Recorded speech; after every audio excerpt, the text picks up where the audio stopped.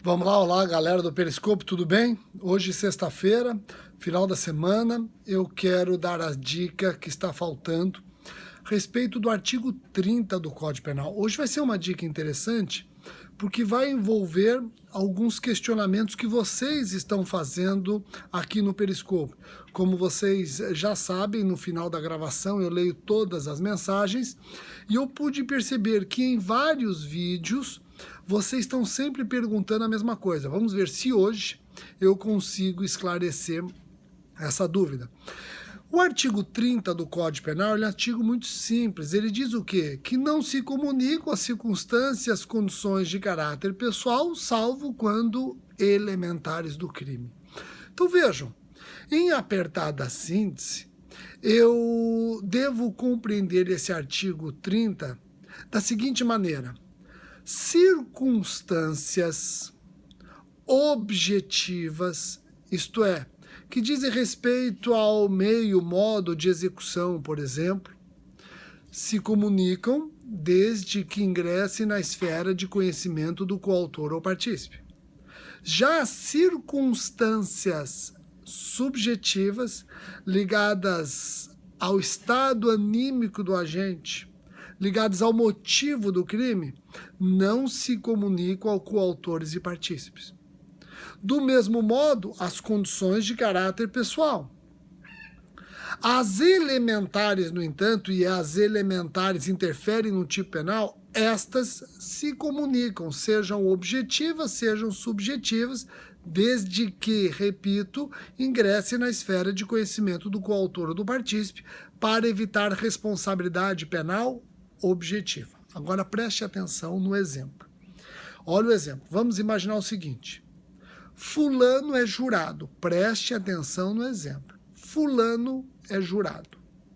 E fulano, ele solicita vantagem indevida para votar pela absolvição do réu.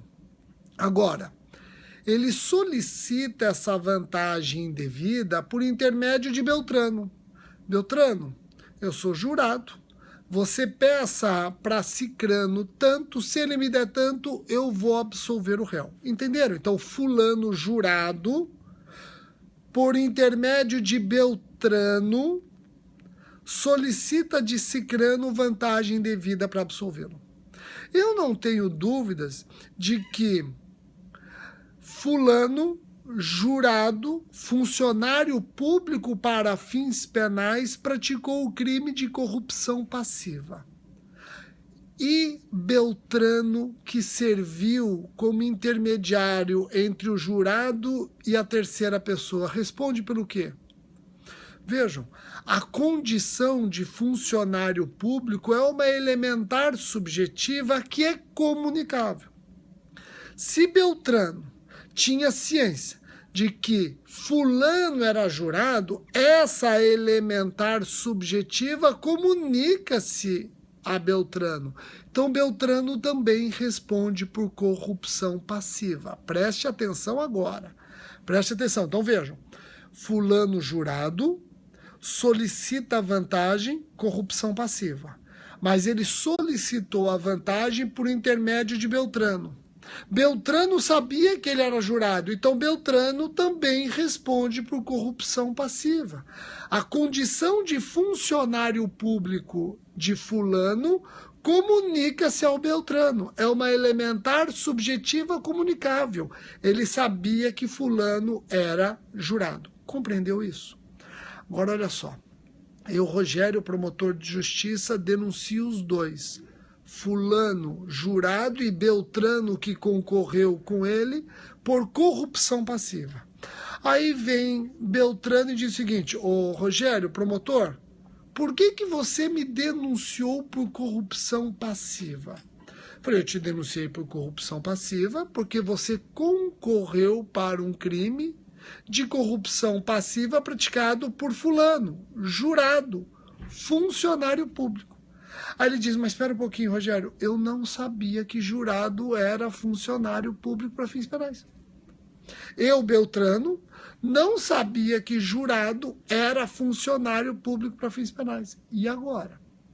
Vocês entenderam a complexidade da questão que eu estou trazendo aqui para o Periscope? Então quer dizer que fulano jurado responde por corrupção passiva. Beltrano também tem que responder por corrupção passiva porque ele sabe que fulano é jurado e sabe que está intermediando um pedido ilícito. O problema é que ele está alegando desconhecer que jurado é funcionário público para fins penais. Então ele olha para mim e fala, olha, eu, Beltrano, não sabia que jurado era funcionário público para fins penais. Não posso responder por corrupção passiva, não é, promotor?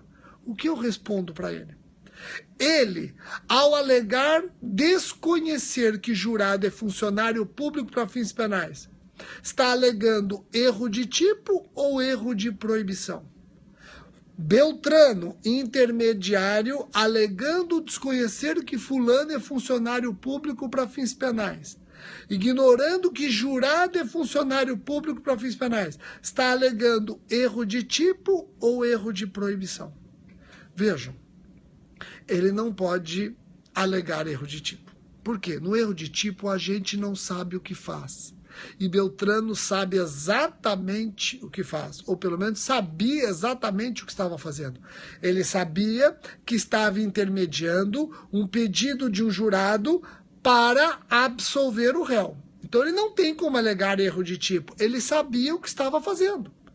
E erro de proibição, ele também não tem como alegar erro de proibição. Por quê? Porque ele sabia que o que estava fazendo não é certo, não é direito, contraria o sentimento do que é certo, do que é justo.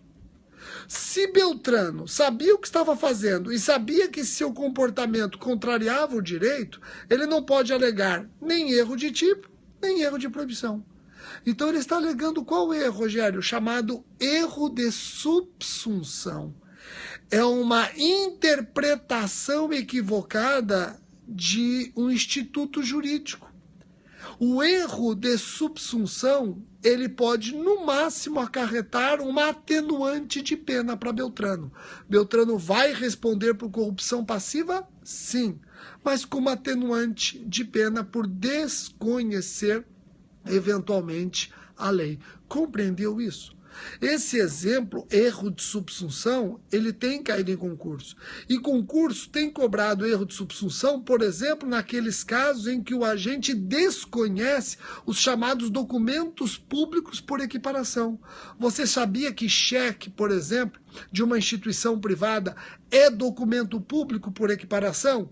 E não adianta você dizer que falsificou cheque sem saber que cheque é documento público. Você vai responder por falsidade de documento público, sim. Mas o seu erro de subsunção, pode gerar uma atenuante de pena.